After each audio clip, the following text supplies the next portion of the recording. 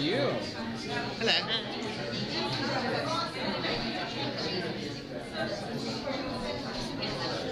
We'll get this moment over with. So how's your pound been so far? It's great, actually. I mean, it's non-stop. And the day is just flying by.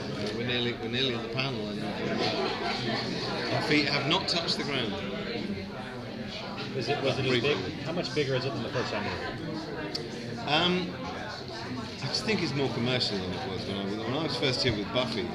It was about comics and sci-fi and fantasy, and now it's become a media platform for the industry, both TV and film industry, which is okay, but it's just as long as the roots of it don't get forgotten, and the people who make it what it is. Well, you signed my Buffy picture for me back in the day, so Did thank you for that. What a nice person I am. So, you've gotten a lot of attention on the fact that you're doing an American accent in this show. How's that been for you? Has it been challenging or pretty easy? For me, I've always done accents. I didn't look to do an American accent. Basically, I was cast as an American character. When I first put myself on tape, I actually put myself on tape for General Risen. He's American too, and that was I played him differently from Wheel. But Wheel, I kind of I could have taken the easy way out and made him sort of like a bit of a redneck, but I wanted him to be urbane and smooth. So as far as I'm concerned, I think the American, nobody said, what do you think about an American accent? From the outset, it was being cast American. We're a mixture of Brits, Americans, and Australians, and South Africans. So, everybody is doing an American accent. So I'm not the only one. I don't quite know why I got singled out. I was saying, why did nobody sort of did any of this when I did a German accent in Warehouse 13? And not only did I do that, but in the last episode that I was in Warehouse 13, I did like a modern German and a more kind of urbane European version. Nobody had a problem with that. Well, that's because as Americans, we don't hear those differences, but we would hear it if your American accent was off. You don't? Well, I mean, I hope my American accent isn't off. Sounds good. It doesn't seem to be that's been the problem. It's the mere fact that I'm doing one at all. We just know you as Giles. I know, but things have changed. If I was just Giles again, it'd be like, oh, there's Giles. Then I'd have to put glasses on, and I'd have to take them off and wipe them a lot.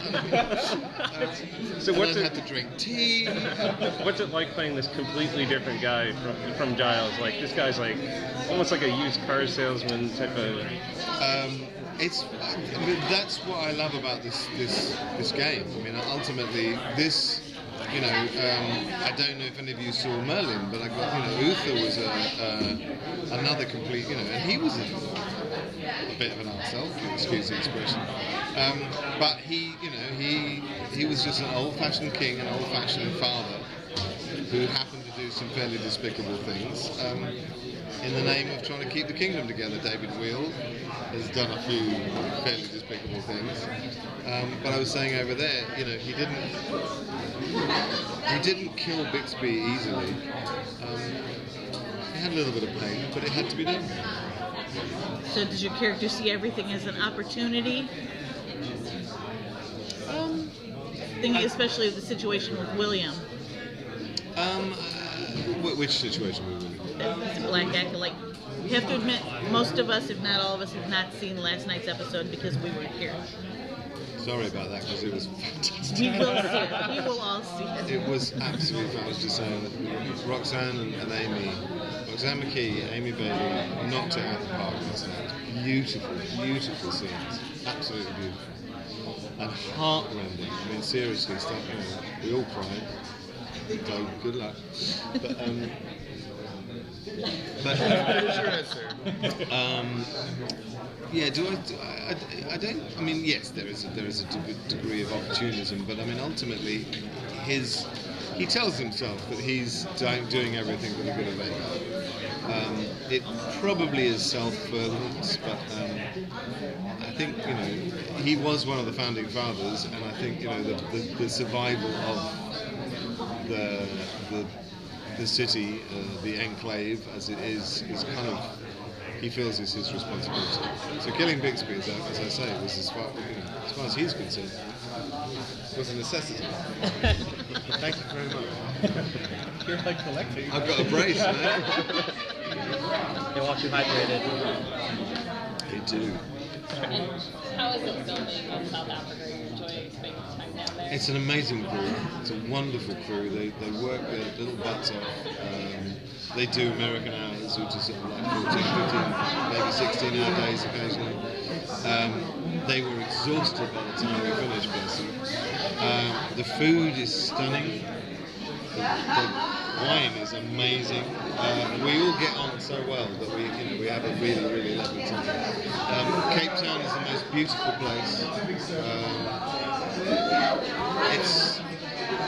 It's beautiful and it's ugly and it's rich and it's poor. And it's one of those, the strange kind of dichotomies that when you're in the middle of it, sort of looking around, you kind of think, this could be so perfect.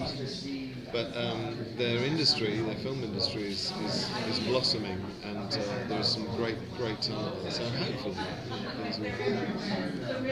it'll be new wealth to a lot of people. Because there's a lot of guys who are involved in the crew that don't have a lot of money, they're not drivers and things like that. We'll see. I hope we get to go back. Final question: what message do you have for the viewers as they get ready to watch the rest of this? Hang on to your hats. There's some shit going there. I think we're ready for it. Thank you. We appreciate it. Thank you. Does anybody want that? Because I've got. Okay. Just bring all my Volkswagen. You can leave the cup. The cup's That was his favorite. For you.